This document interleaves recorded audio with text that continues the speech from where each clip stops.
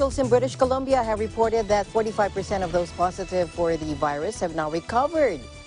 And British Columbia is seeing the highest rate of COVID-19 recovery in Canada.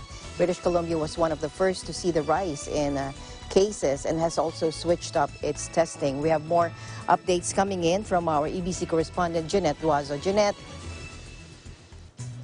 Hi, Alma. Hi, nice to hear from you. What are your updates for us? Okay, okay, so just like you said, 45% of those positive for COVID-19 have now recovered from the virus. So as of Saturday, British Columbia has 885 confirmed cases, 17 deaths, but mainly linked to care home outbreaks. So 45% is about 396 people have recovered.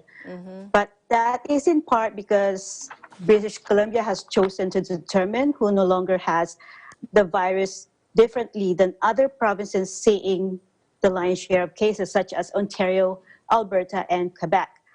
Provincial Health Officer Dr. Bonnie Henry said during her daily COVID-19 media briefing yesterday, Saturday, that if a person with the novel coronavirus only exhibits mild symptoms and doesn't have to be hospitalized, then they are determined to be recovered once they've reached 10 days without showing any symptoms. So according to Dr. Henry, that has been validated around the world from data that they have seen, particularly from Germany, which shows that after a period of time when their symptoms resolve, they no longer shed live virus. So COVID-19 testing is done through a throat swab and looks for the RNA or ribonucleic acid of the virus. In layman's term, RNA is what carries the genetic information of the virus. But even when someone is no longer infectious, a test will still often detect that RNA. So according to her, that RNA may be a symptom of a virus that is no longer alive, and you shed it for a period of time in the saliva or sometimes in the stool. So those who are hospitalized or are immunocompromised are considered recovered once they produce 2 negative lab tests 24 hours apart, the method that British Columbia was using when the first few hundred cases were confirmed. So like I said earlier, as of Saturday, nearly half or 396 people of the 885 confirmed cases in BC have recovered.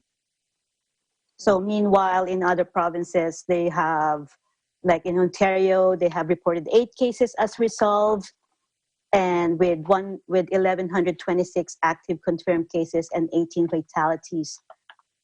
33 people have recovered in Alberta, where there are currently 507 active confirmed cases and 2 deaths. Okay, so Jeanette, so what do you think? It's because of the testing strategy, is that what they're saying? Okay, so they're focusing on the elderly and the high risk. That's correct. Okay. So the British Columbia testing strategy continues to focus on identifying the chains of transmissions while swabbing the elderly, those with underlying health complications, which make them high risk to seeing adverse symptoms and healthcare workers. So there's some testings of people if there are clusters being identified in communities. And according to Dr. Henry, that's happening all over the province right now. So British Columbia is not yet in the phase where swabbing asymptomatic people or those who are not showing any symptoms. She doesn't think it's necessary at the moment. So according to them, a broad testing of well people in our community right now is what we're going to be doing.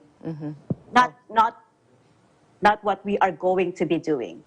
So, but added that this could be a strategy health officials consider as they start to see a decline in the number of cases linked to specific clusters or outbreaks as a way to find new community transmissions and import cases from other provinces. All right, thank you very much for your update, Jeanette. Keep safe. Yeah, you're welcome. Thank you for your time.